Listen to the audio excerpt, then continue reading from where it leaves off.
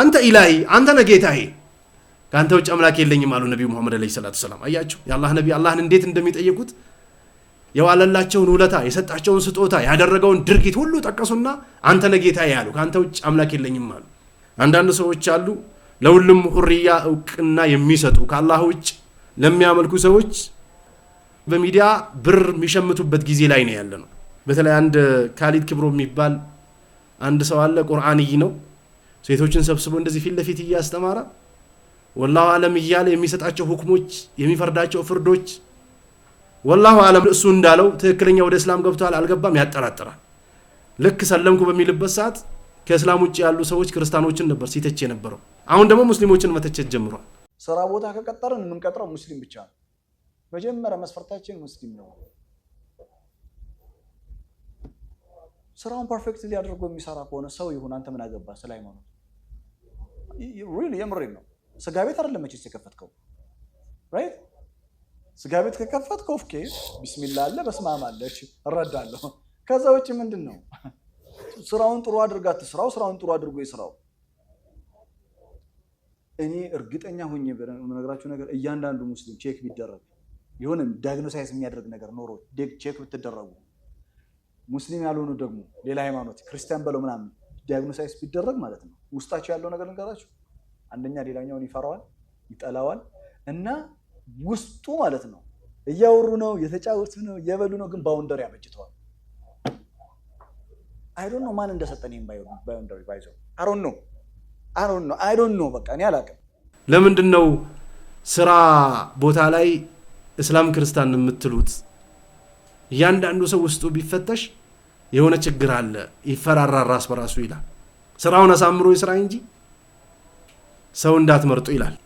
አልመሩ አላ ዲኒ ኸሊሊሂ ያሉ ነብዩ አንድ ሰው በጓደኛው ዲን ላይ ነው ፈልየንዙር መን ይኻሊል አሉ። ማንን ወዳጅ አድርጎ እንደሚይዝ ይመልከታሉ የአላህ ነብይ አለይሂ ሰላቱ ሰላም። ለአላህ ብሎ መጥላት ለአላህ ብሎ መውደድ ያስተማሩት የአላህ ነብይ ናቸው አለይሂ ሰላቱ ሰላም። እስላም የተመሰረተበት ማለት ነው። እሺ አንተ መኖሪያ ቤት ከእስላም ውጭ ያለች ክርስቲያን አስገብተ ብትቀጥር ልጆችን የምታስተምርልህ ስለ ኢየሱስ ወይንም ደግሞ ስለ መርየም ነው። ልጆች ይሄን አፍዞ ስትመጣ ይሄን ነው ቅሳ የሚቀሰሱልህ። አረ እስላሞቹን ካም ቢያደርጉት ክርስቲያኖች በፍጹም አያደርጉት። ቤት ሰራተኛ ሲያስገቡ ሙስሊም አያስገቡ። ለምን ታሰልምብኛል ይችላል። አረ ጭራሽ ነጃሶች ናቸው ብሎ ነው የሚያምኑት አያስገቡ። እንጸልይበታለን የሚሉት ቦታ ላይ ሙስሊም እንዲጠጋ አይፈልጉም ነጃሳ ነው ይላል። ወደ እስራኤል ሲሄዱ እዛ አካባቢ ሙስሊሞችን አያስጠጉም። ይሄ ግን ከየት እንደመጣ አይታወቅም። ሙስሊም ሆኖ እንኳን ደረጃ አለው። ሱሪ ከሚጎትት ማይጎትትን፣ ጺም ከሚልጭ ማይልጭን፣ ፊቷን ከከፈተች የተሸፈነችን፣ ሙዚቃ ከምትሰማ የማትሰማን ነው ምን መርጠው ለሚዲያ ፍጆታ ሚዲያ ላይ ሊነግድበት ሊታወቅበት ነው እንጂ ካፊሮች ራሳቸው ወላሂ በጌታ ይሆንብኝ ያደርጉት። በል እንደውም ቁርአን የፈቀደው ቦታ ላይ ይከለክላል። ይሁ የነዛ የአህለል ኪታቦች ምግብ ለናንተ ሐላል ለነሱም ደግሞ የናንተ ሐላል ሆኖላቸዋል የሚለው ቦታ ላይ ይከለክላል። አያችሁ አቅሌት እንዴት እንደሚቀይር። የተከለከልንበት ቦታ ደግሞ ይፈቅዳል።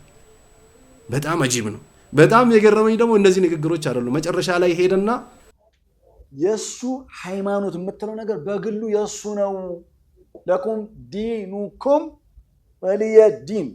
አዎ አንተ የምታምንበትን አንተ የገባህን ለሌላው ማስረዳት ለሌላው መጥራት ልክ ነው፣ አምንበታለሁ። ሌላውም ገብቶናል ያለው ነገር ይጥራል። አላህ ቁርአን ውስጥ እኮ እንትን ሰድበውኛል ብሏል እኮ ያ ኢብሊስ አልሰግድለት እንደ አደም ማለት መስገድ አና ኸይሩ ሚንኩም ምናምን ብሎ አላህ ጠርቶ እኮ ባይዘው እንትን ያለው ኤክስፕሌን ለምንድን ነው ያስገድኩት አብራራልኝ አላህ ያቅም ያቃ ለኩም ዲኑኩም ወሊየ ዲን ብሏል አላህ አለ። እነሱም ባመኑበት ይጣሩ አለ። ለእናንተም ዲን ለኛም ዲን አለን ብሏቸዋል። ወዳመኑበት ነገር ይጣሩ አለ። አንተም ያ ወዳመንከበት ነገር ተጣራ ይላል። ሸይጣን እኮ ለአላህ እኮ ቀጥታ ቀርቦ እኮ ነው የተከራከረው። ስገድ ሲለው አይ እኔ አልሰግድም እኔ ከሱ የተሻልኩ ነኝ ብሎታል። ታዲያ አላህ አያቅም ነው ይሄንን ምናምን ይላል። ዱብዳ ወይም ደግሞ ከሰማይ ወደ መሬት የወደቀ ጅህልና የሚባለው እንደዚህ አይነት ነው። ቀደር ሸርዒና ከውኒ የሚባላል አይተነዋል። ሸይጣንን ተከትሎ የሚሄዱ ሰዎችን ያቃቸዋል፣ ሙስሊሞችን ያቃቸዋል፣ የተውሂድ ሰዎችን ያቃቸዋል፣ የጀነትን የጀሃነምን ያቃቸዋል። ሸርዕ ላይ ግን ነቢያቶች ይዞት የመጡት ሃይማኖት ላይ ወደ እስላም ብቻ ነው የተጣሩት።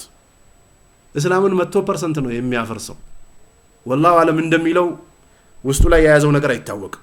አንዳንድ ሰነፍ የሆኑ ፊታቸውን ለወንድ ፊት ለፊት ልክ ትምህርት ቤት እንኳን አሁን የማይደረገውን ነገር እንደዚህ ቁጭ ብሎ እየተማሩ እኔ እንደዚህ ውለታዋልከልኝ አማን እንኳን ስትፈስር ተቀይሬ ምናምን እያሉ ሴቶች ያለቅሳሉ። መልኩን አይታ ነው ያለቀሰችው፣ ምላሱን አማርኛውን ሰምታ ነው ያለቀሰችው፣ ኢማን ነው ያስለቀሳት አይታወቅም። የአላህ ነብይ አለይሂ ሰላቱ ሰላም ሴት ወንድን ማየት እንደሌለባት ተናግረዋል። ቁርአኑ ተናግረዋል። የሆነ ነገር እንኳን መጠየቅ ብትፈልጉ ከሂጃብ ጀርባ ጠይቁ አሏቸው ለሴቶች። አረ ለነብዩ ሴቶች ነበር እኮ እንደዚህ ሲባሉ፣ የኛውስ ሚንባቢል አውላ ነው። ለኩም ዲኑኩም ወሊየ ዲን ማለት እኮ ፍቃድ መስጠት ማለት አይደለም፣ ዛቻ ነው የሚባለው።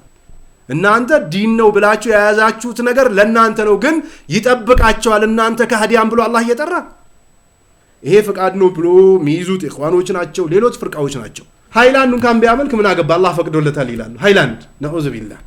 የሆነ ቦታ ላይ ደግሞ እንደገና ወጣቱን ባልሆነ ነገር ሲያነሳሱ ድንጋይ እንዲወረውር ሲያደርጉ ሲያስገድሉ ታያላቸው። አቅላቸው እንደዚህ የተቀየረ። ስለዚህ ይሄ ሰውዬ የያዘው እሱ እንዳለው ወላሁ አለም እስላምን ነው ኩፍርን ነው ያጠራጥራል። 100% የነቢዩን ዲን ነው የሚያፈርሰው። ሰዎችን እንዳለ በሐዲስ ጥርጣሬ ውስጥ እንዲገቡ፣ በትክክለኛው እስላም ጥርጣሬ ውስጥ እንዲገቡ አየር ላይ አንጠልጥሎ ይተዋቸዋል። በቃ ከመቼው ሙፈስር እንደሆነ ደግሞ አላውቅም። የሰለመው በቅርብ ነው። ሙፈስር ለመሆን አደቦች፣ መስፈርቶች አሉት። በየመስጂዱ እኮ ማይክ ይዘን ተፍሲር እናስቀራለን ብለን ሰው መሰብሰብ አቅቶን አይደለም እኮ። አረብኛን በደንብ ማወቅ አለባቸው። ሰሃቦች እንዴት እንደፈሰሩት ማወቅ አለባቸው። ራጅህና መርጁሁን እያንዳንዱን ማወቅ መቻል አለባቸው ሙፈስሮች። ግን አንዱን እየቀሩ ሰዎችን የሚያከፍሩ ወጣቶች ጎረምሶች አሉ። ተጠንቀቋቸው፣ አስጠንቅቁ። ይህ ሰው በአሁኑ ሰዓት ቀጥታ ቁርአንይ ነው። በነቢዩ ዓለይሂ ሰላቱ ሰላም በሰሃቦች ሐዲስ የሚያዘናጋ ወደ ኩፍር የሚጠራ ሰው ነው። አላህ ከሸሩ ሴቶች እንጠብቅ። ወንዶች እንኳን የሚጠጉት አይመስለኝም። ሀቂቃ ወላሂ ወንዶች የሚጠጉት አይመስለኝም። ለምን ስታዩት አሁን ሚዲያ ላይ ስታዩት ጠረጴዛው እንዲያለ ሴቶች ናቸው የከበቡት። ሴቶችም ሊበሉት ደርሰዋል እንደዚህ ተንጠልጥሎ። ስንት አግብቶ ይችላል? ቢያገባም ከአራት በላይ አያገባም። ይደርሰኛል ብላ እዛ ወረፋ ያሰች ሴት ሁላ አይደርሳትም። ሳይደርሳት ነው የምትሞተው።